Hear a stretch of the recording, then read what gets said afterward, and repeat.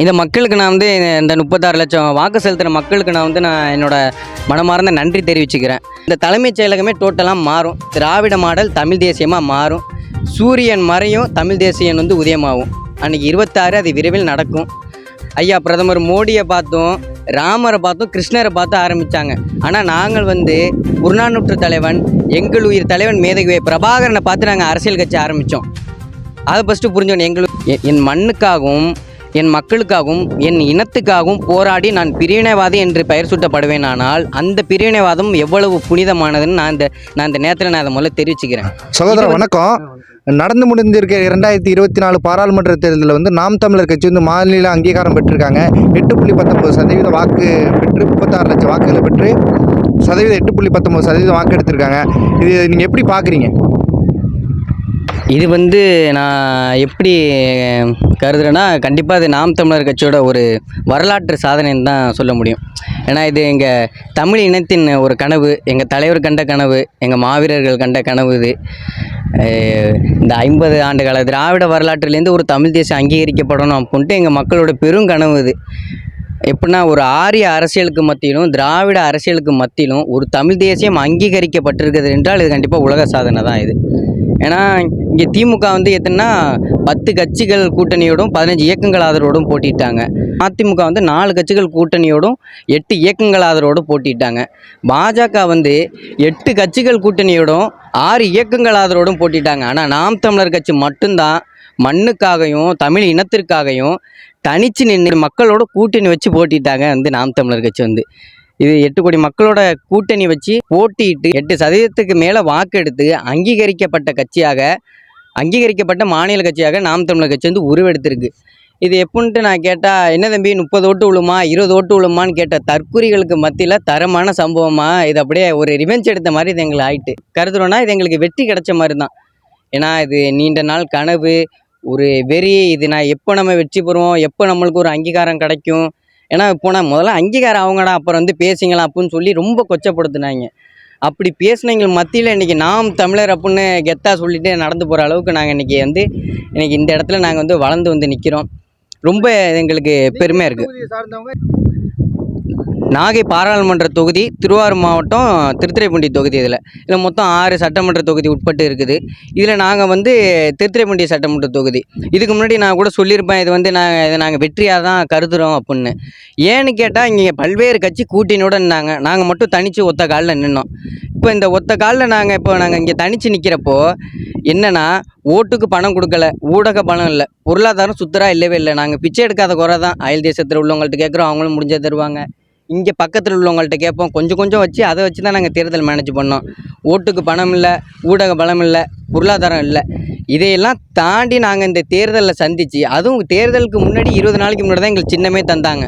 அதை கிடச்ச A4 சீட்டுலேயும் சாட்டுலேயும் தர்மாக்கோலையும் எழுதிக்கிட்டு, நமது சின்னம் ஒளி வாங்கின்னு எழுதிக்கிட்டு வீதியாக போய் கற்றணும். வீதியாக போய் கத்தி நமது சின்னம் ஒளி வாங்கி, நமது சின்னம் மைக்குன்னு கத்திக்கிட்டே தான் நாங்கள் வந்தோம்.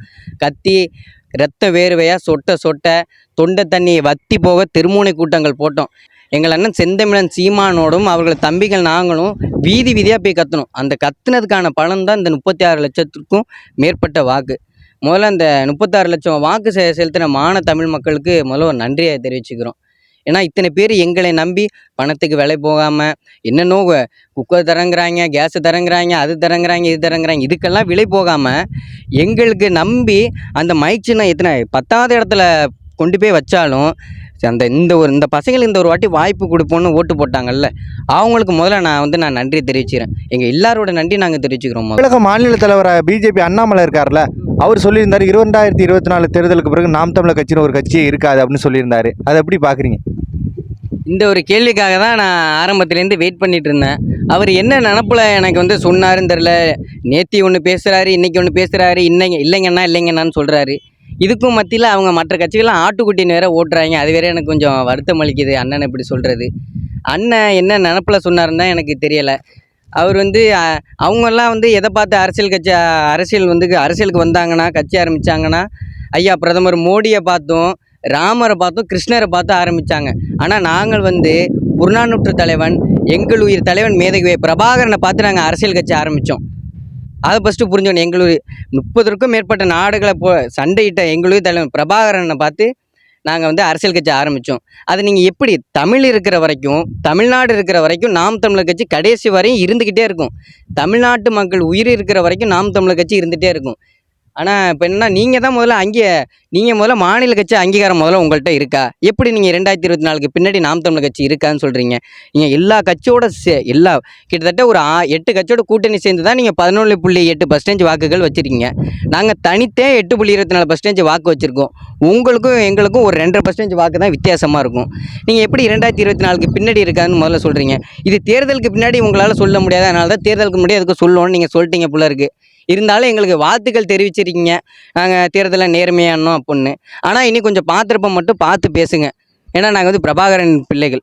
காங்கிரஸ் கட்சியை சேர்ந்த செல்வ பெருந்தகை இருக்கார்ல, அவர் சொல்லியிருக்காரு சீமானுக்கு வந்து இவ்வளோ வாக்குகள் விழுந்தது வந்து ஆபத்தான நிலையை வந்து தமிழகத்தில் தள்ளிட்டு போகும், பிரிவினவாதம் அப்படின்னு சொல்கிறாரு. இளைஞர்களை வந்து மூளை செலவு செஞ்சு பிரிவினவாதத்தை தூண்டுறாரு அப்படின்னு சொல்லியிருக்காரு. இதை எப்படி பார்க்குறீங்க? அவர் வந்து பிரிவினைவாதம்னு சொல்கிறது வந்து வயிற்றுச்சலில் சொல்கிற மாதிரி தான் இருக்குது எங்களுக்கு. ஏன்னா தனிச்சேன்னு இத்தனை சதவீதம் வாக்கு இது பண்ணியிருக்கோம் அப்புடின்ட்டு. நாங்கள் பிரிவினைவாதி கிடையாது. ஏன்னா நாங்கள் வந்து பக்கத்து நாட்டில் உள்ள சிங்களவன்கிட்ட போய்ட்டு துப்பாக்கியை கொடுத்து இந்தாடா தமிழ் மக்களை கொல்லுங்கடான்னு சொல்லலை, பல ஊழலை பண்ணலை. நாங்கள் பிரிவினைவாதம் பண்ணுறதுக்கு நாங்கள் மத்தியில் ஆட்சியில் இல்லை, மாநிலத்தில் ஆட்சியில் இல்லை. அதனால நாங்கள் பிரிவினைவாதம் பண்ணுறதுக்கு எப்படி நீங்கள் பிரிவினைவாதம்னு சொல்கிறது அது எனக்கு எப்படின்னு தெரியலை. இந்த நேரத்தில் எனக்கு சேக்குவரா சொன்ன ஒரு வசனம் தான் எனக்கு வந்து ஞாபகம் வருது. அநீதிக்கு எதிராக கோவப்பட்டு நான் கொல்லப்படுவேன், ஆனால் என்னுடைய மரணம் எவ்வளவு புனிதமானதுன்னு சேக்குவரா சொல்லியிருக்கார். அதே தான் நாங்கள் கொஞ்சம் செந்தமிழன் சீமானின் தம்பிகள் பிரபாகரன் பிள்ளைகளாகிய நாங்கள் கொஞ்சம் அதை மாற்றி சொல்கிறோம். என் மண்ணுக்காகவும் என் மக்களுக்காகவும் என் இனத்துக்காகவும் போராடி நான் பிரிவினைவாதி என்று பெயர் சூட்டப்படுவேன், ஆனால் அந்த பிரிவினைவாதம் எவ்வளவு புனிதமானதுன்னு நான் இந்த நேரத்தில் நான் அதை முதல்ல தெரிவிச்சுக்கிறேன். இது வந்து பிரிவினைவாதம் கிடையாது. நீங்கள் முதல்ல புரிஞ்சுக்கணும். பிரிவினைவாதம்னா எப்படி படித்த பட்டதாரி இளைஞர்கள்லாம் எப்படி செந்தமிழன் சீமான் பின்னாடி எப்படி வருவாங்க? பிரிவினைவாதமாக இருந்தால் டாக்டர், மருத்துவர்கள், பல்வேறு கணக்கான பட்டதாரிகள், அரசு ஊழியர்கள்லேருந்து எல்லாருமே திரண்டு வராங்க. எப்படி இதை வந்து பிரிவினைவாதம்னு சொல்கிறது முதல்ல இதை வந்து தவிர்த்துக்கங்க. இப்போ நாங்கள் பிரிவினைவாதம்னா உங்களோட கட்சியெல்லாம் என்ன பக்கவாதமா? அதை முதல்ல சொல்லுங்கள். நாங்கள் பிரிவினைவாதம்னா இப்போ திராவிட மாடல் என்ன பக்கவாதமா, காங்கிரஸ் என்ன பக்கவாதமா, பாஜக என்ன பக்கவாதமா? அதை முதல்ல நீங்கள் புரிஞ்சுக்கிட்டு பேசுங்க. 2024 தேர்தல் காலம் வந்து சீமானுக்கு வந்து எந்த மாதிரி வளர்ச்சியை எடுத்துகிட்டு போகணும்னு நினைக்கிறீங்க? ஆட்சி அதிகாரத்தை பிடிக்கிறதுக்கு வாய்ப்பு இருக்குன்னு நினைக்கிறீங்களா? கண்டிப்பாக ஆட்சி அதிகாரத்தை பிடிக்க வாய்ப்பு இருக்குது. இந்த வாட்டி எங்களுக்கு கொஞ்சம் அடி சறுக்குனது எங்கன்னா சின்னத்தில் அடி சறுக்கிட்டு முக்கால்வாசி மக்களுக்கு தெரியல. விவசாய சின்னங்கிற ஒரு நினப்பிலே அப்படியே போயிட்டு சரி மறந்துட்டு உதயசூரியனுக்கு போட்டுருவோம் பண்ணிட்டு தப்பி தவறி உதயசூரியனுக்கு போட்டுட்டாங்க. 2026 என்னென்னா எங்கள் தலைமையில் ஒரு கூட்டணி அமையும்.